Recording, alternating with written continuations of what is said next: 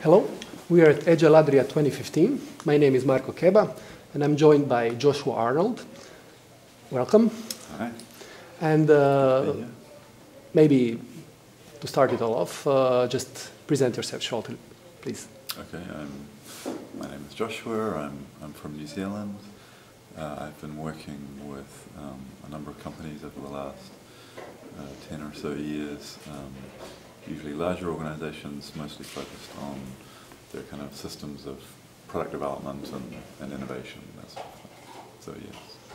Okay. The presentation topic was cost of delay. Mm-hmm. So what is cost of delay?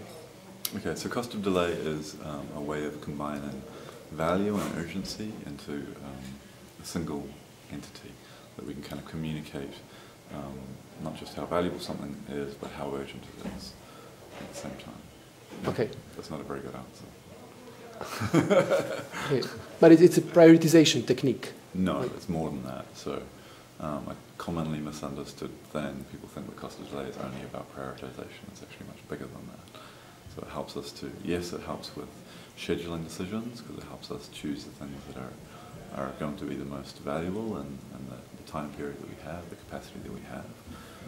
But it's also valuable for the trade-off decisions that we make during the process of product development. There are loads of trade-off decisions that we make, but it also helps to change the focus of the conversation that we're having away from, you know, how much something's going to cost and when am I going to get it, to why is this valuable to us and how urgent is it that we get this. So what's the impact of getting it a month earlier, or what happens if we get it a month later?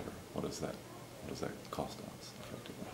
Okay, and you said what is valuable to us, yes. And you were very specific in defining value by the cost of delay method. So yeah, I have there are lots of ways of thinking about value, and I have over time developed a framework which has worked well for me in lots of different settings, both public and private. Private sector, big companies, small companies, that sort of thing. But there are other ways to establish value. Okay, so what is the cost of delay value model? There were four ways to define value. Yeah, so in the way I think about it, there are four kind of key aspects of the value that we're interested in, the outputs, the outcomes that we're looking for. It's two on the kind of outcomes side of the equation, whether that's profits or baby elephants or whatever it is that your organization exists for, and what are we doing what are the things that we're coming in, how are they going to increase the outcomes that we're looking for, and the second is how can we maintain the level of outcomes that we already have, so looking after existing customers, but perhaps protecting revenue and increasing revenue would be the two that are on the outcome side of the equation. Okay. And then there are two that are on the inputs side of the equation. So we can say that it is perhaps the cost of doing things. So ideas that are going to reduce the cost of doing things and things that are going to help us to avoid the cost of doing things going up in the future. Mm-hmm. Okay. In the presentation itself, you said that there is a usual question that I want to ask in this interview as well. Since we are measuring the cost of delay over time, mm-hmm. actually over time, in weeks, money lost per week, yes. Why do we put the denominator in time, not in cost? Okay, so this is specific to the scheduling algorithm, which can be called weighted shortest job first.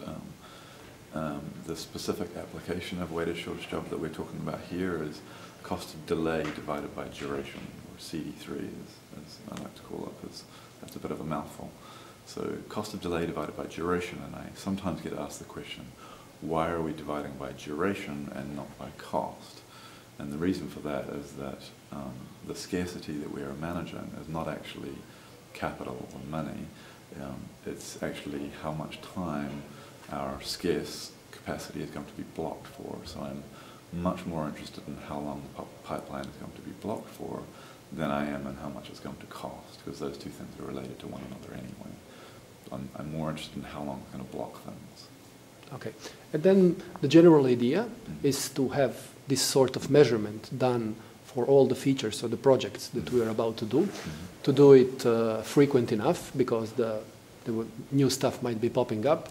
And there seems to be a pattern that you have observed by working with multiple companies.